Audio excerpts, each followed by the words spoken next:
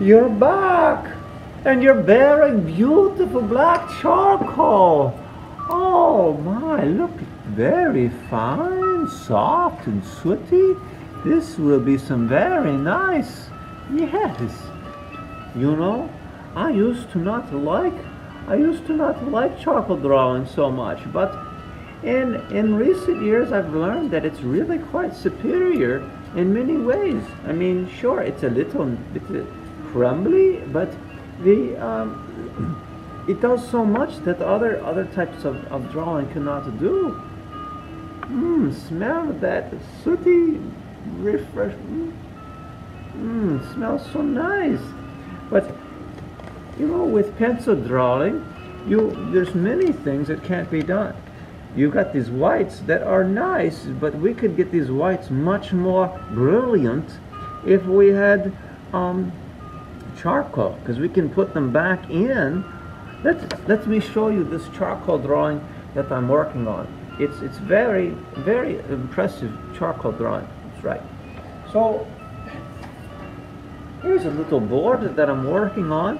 The idea is that I can put words and writing like a story here and have a nice harvest type thing here. You like that? Good. I think it's very nice. And notice the white areas here can be put in so much brighter than the tan of the paper. And not only to put in the brightest areas, you have these dimmer whites here, and you can layer the white up on, and it's just gives you so many options that you don't have with your regular. And now that we have so much charcoal, you and I, we should do a drawing together. Isn't that a great idea? Yes, I think that we. What you want to? Okay. Well, there's different colors that we have. We have tan. It's not straight up tan. We have gray, kind of a blue. You can set the mood for, and we've got a straight up gray, and then we have black.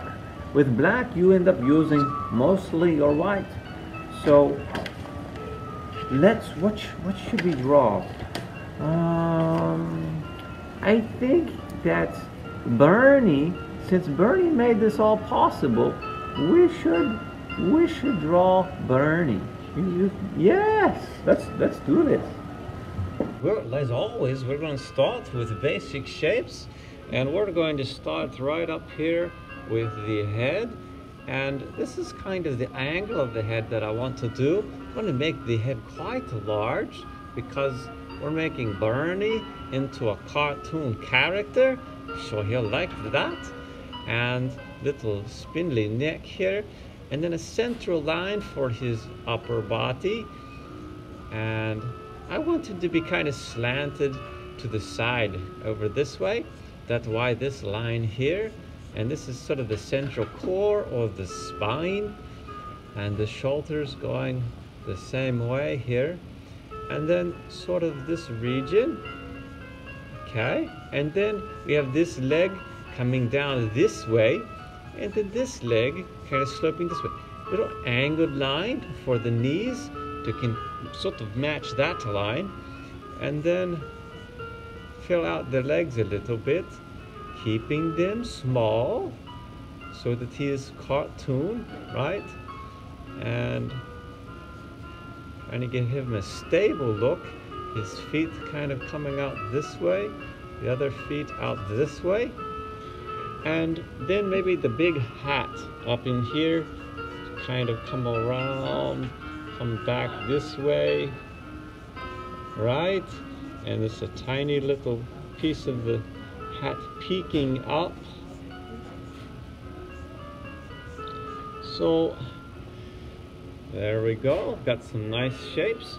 And if I'm happy with that, I'm going to put a big basket. He's going to be harvesting carrots. So this sort of gives me the perspective for the foreshortened circle that I put in here, kind of like this. And then a center from here, a little line straight down. And that's the height I want it to be. And then angled line here angled line here. Sort of the basket is sloping in, and we copy this curve here, bring it down, maybe curve it just a little sharper, and then we can erase out these objects behind it. We no longer need these, right? So then we need the arm to kind of slope down this way, elbow about here, and then the hand wrapping around to this side, another elbow right about here, and that hand maybe just kind of grasping around there with a little thumb. So if you're happy with this, you can go and start to refine the shapes. By that I mean start saying, well, what's the shoulder look like here? What kind of shirt is he going to wear? Maybe a rolled up shirt.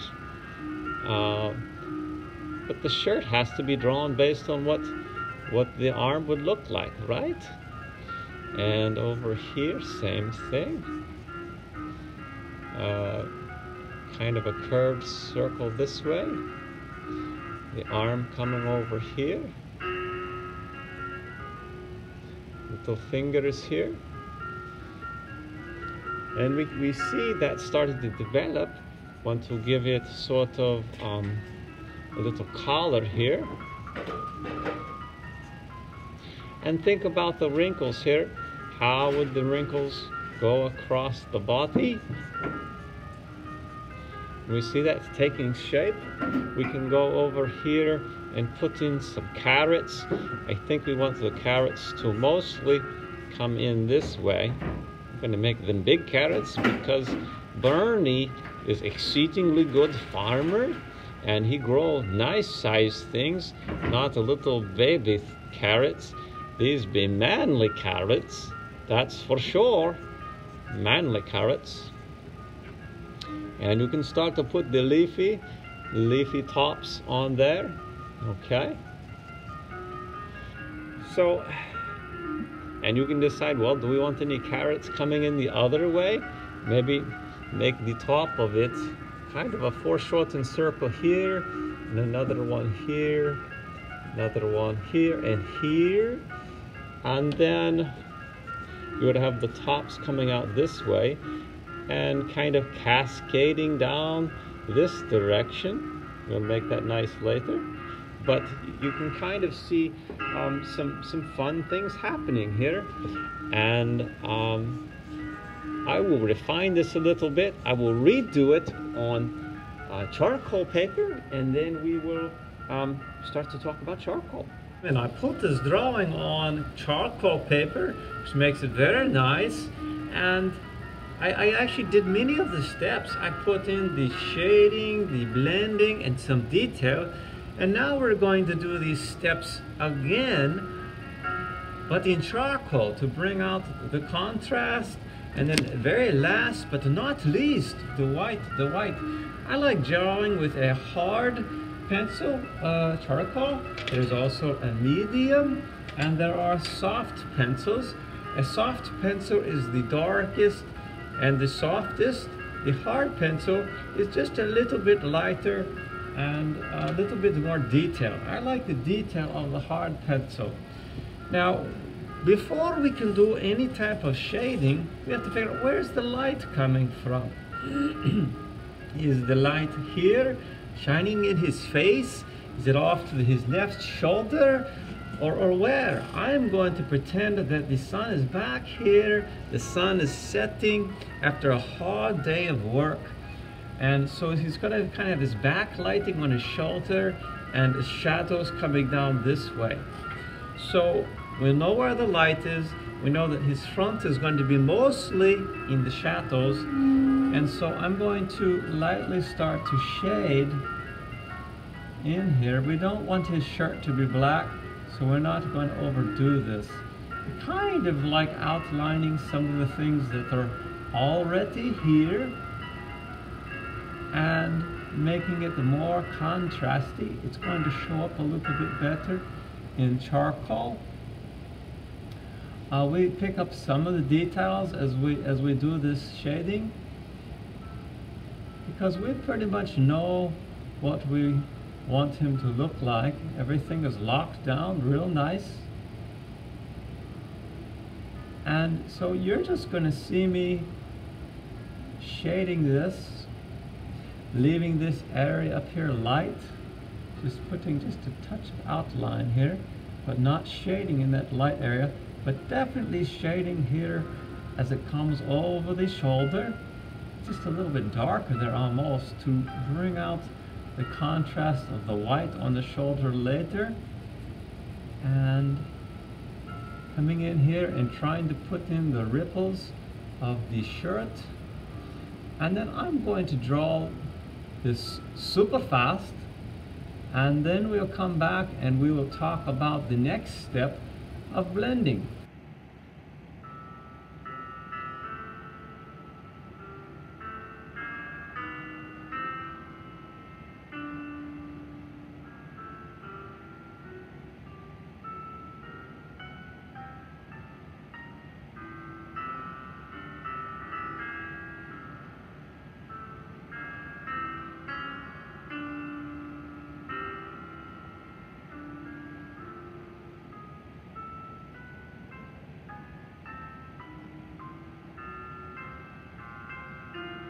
After we do the basic shapes, we want to do blending, or shading. Here I've done all the shading very fast. Then the next step that you want to do is blending. And here we have some beautiful blenders. Have you ever used a blender? No? Well, it's about time that you do. Here we have a big blender. It's just rolled up paper. And here's another one. You can buy them in your world, probably. Now, you want to blend. This means smooth out most of your shading. It makes it slightly darker. That's right, darker. And it gets rid of the texture.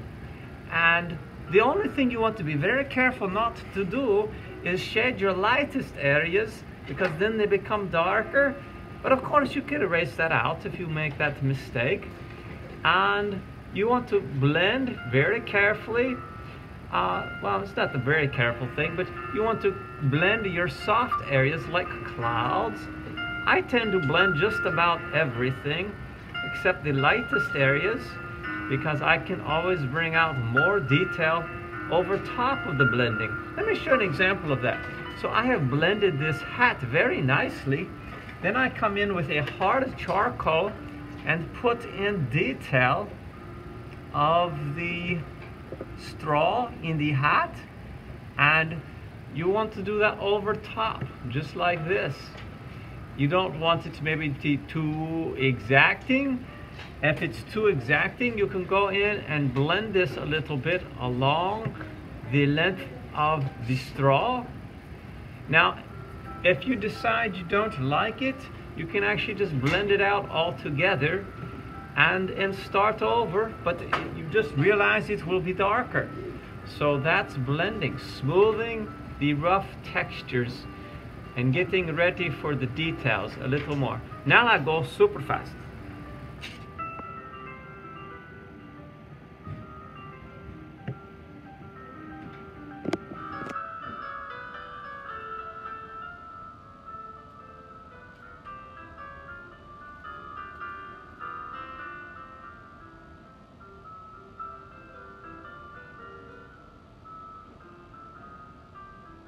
Okay, so you notice how that I really shaded and blended just about every aspect. I don't like to see a lot of just unshaded area. I mean, look at the world around you. Do you see any just straight white? No. Even on like a side of a white barn, you have shading and value. And so here I blended just about everything. And what I need to do next is go back in and refine the detail. The last step is detail.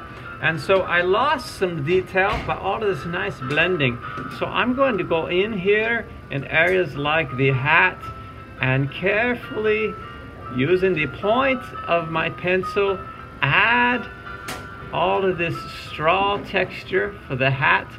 I will go back into the shirt and just refine things, making sure I got the dark areas plenty dark for me. And I'm going to do this super fast again.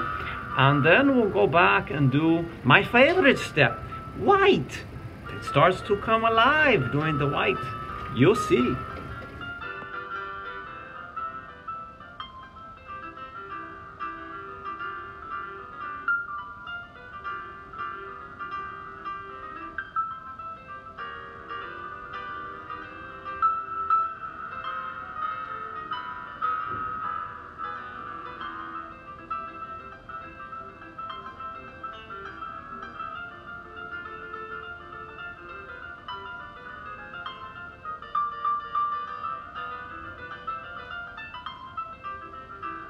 I'm going to go into here and put in the lightest shapes, and this be very beautiful.